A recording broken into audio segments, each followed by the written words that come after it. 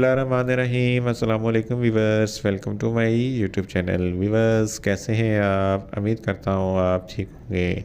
Viewers आज मैं आपको ट्रांसामिन 500 mg कैप्सूल का मुकम्मल रिव्यू दूंगा, जो एक एंटी प्लाज्मेनिक एजेंट है जो हैवी ब्लड फ्लो को कंट्रोल करता है और ब्लड लॉस को प्रिवेंट करता है।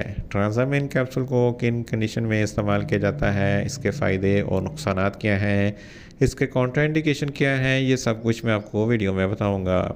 व्यूवर्स सबसे पहले मेरी आपसे रिक्वेस्ट है, मेरा चैनल मेडिकोज इन्फो सब्सक्राइब करें। व्यूवर्स बात करते हैं ट्रांसामिन कैप्सूल की पैकेजिंग की, तो इसके एक पैक पे 20 कैप्सूल होते हैं और इसकी कीमत 500 रुपये है। ये किसी भी मेडिकल स्टोर और फार्मेसी स्टोर से आसानी से मिल जाती है।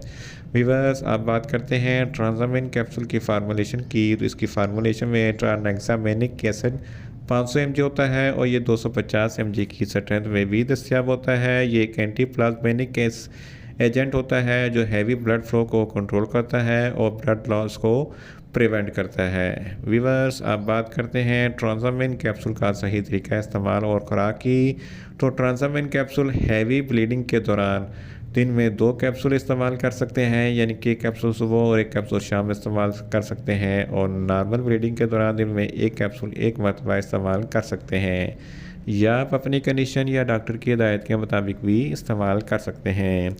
व्यूवर्स अब बात करते हैं ट्रांसामिन कैप्सूल को किन कंडीशन में इस्तेमाल किया जाता है और इसके फ़ायदे क्या हैं। ट्रांसामिन कैप्सूल में ट्रांसैक्सामेनिक एसिड होता है जो हैवी ब्लड फ्लो को स्टॉप करता है और ब्लड लॉस को प्रिवेंट करता है। फीमेल्स में पीरियड्स के दौरान बहुत ज़्यादा ब्लीडिंग होती है और बहुत ज़्यादा ब्लड लॉस होता है, तो इस कंडीशन में ट्रांसामिन कैप्सूल बहुत ही मुफीद है। इसके इस्तेमाल से ब्लड लॉस प्रिवेंट हो जाता है।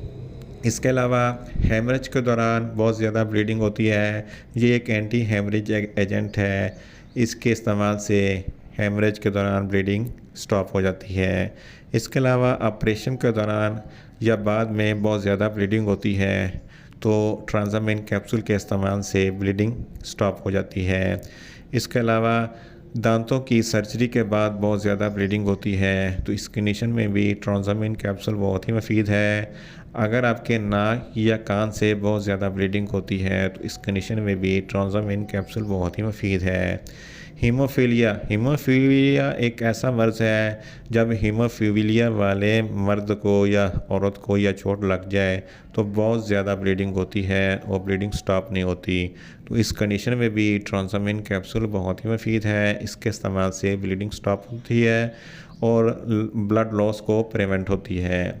बहुत सारे लोग ट्रांसामिन कैप्सूल का सही तरीका इस्तेमाल नहीं जानते। ट्रांसामिन कैप्सूल को हैवी ब्लड फ्लो को कंट्रोल करता है और ब्लड लॉस को प्रिवेंट करता है। अक्सर का ब्लीडिंग किसी और वजह से हो रही होती है, जिसकी वजह से लोग ट्रांसामिन कैप्सूल इस्तेमाल कर लेते हैं, लेकिन ट्रांसामिन कैप्सूल को सिर्फ डॉक्टर की हिदायत के मुताबिक ही इस्तेमाल करें। In short Transamin capsule heavy blood flow को स्टॉप करता है और ब्लड लॉस को प्रिवेंट करता है।